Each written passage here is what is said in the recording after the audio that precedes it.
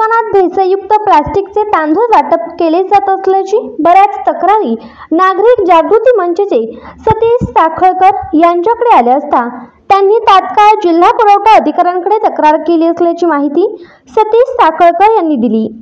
तत्काळ रेशन दुकानातील भेसळयुक्त तांदळाचा पंचनामा करून तो तांदूळ साठा परत करावा, अन्यथा तेच प्लास्टिकचे तांदूळ शिजवून पुरवठा अधिकाऱ्यांना खाऊ घालू, असा इशारा नागरिक जागृती मंचचे सतीश साखळकर यांनी माहिती दिली। पाहूया प्रतिक्रिया।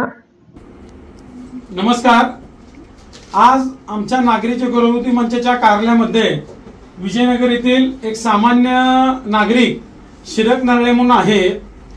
आमच्याकडे रेशनच्या तांदळामध्ये प्लास्टिकचा तांदूळ येत आहे असं सोशल मीडियातून आणि व्हिडिओतून बघितलं होतं। आज त्यांनी आमच्याकडे तक्रार घेऊन आलेले असताना आम्ही आता प्रयोग करून बघतोय, तर जर ओरिजिनल तांदूळ असेल तो पाण्यात खाली जाईल पुढे यानं, आणि प्लास्टिकचा असेल तो तरंगेल असं। तर आपण बघू शकताय की हा प्लास्टिकचा तांदूळ तरंगताना आपल्याला दिसतोय। ह्या माध्यमातून आता निवडणुकीचा काळ आहे, जिल्हाधिकारी असेल, जिल्हा प्रशासन असेल, जिल्हा पुरवठा अधिकारी बारकुल साहेब असतील, ह्या निवडणुकीच्या कामात व्यस्त असतील, मात्र नागरिकांच्या लहान मुलांच्या जीविताशी खेळण्याचा हा जो प्रकार आहे हा घाणेरडा प्रकार आहे।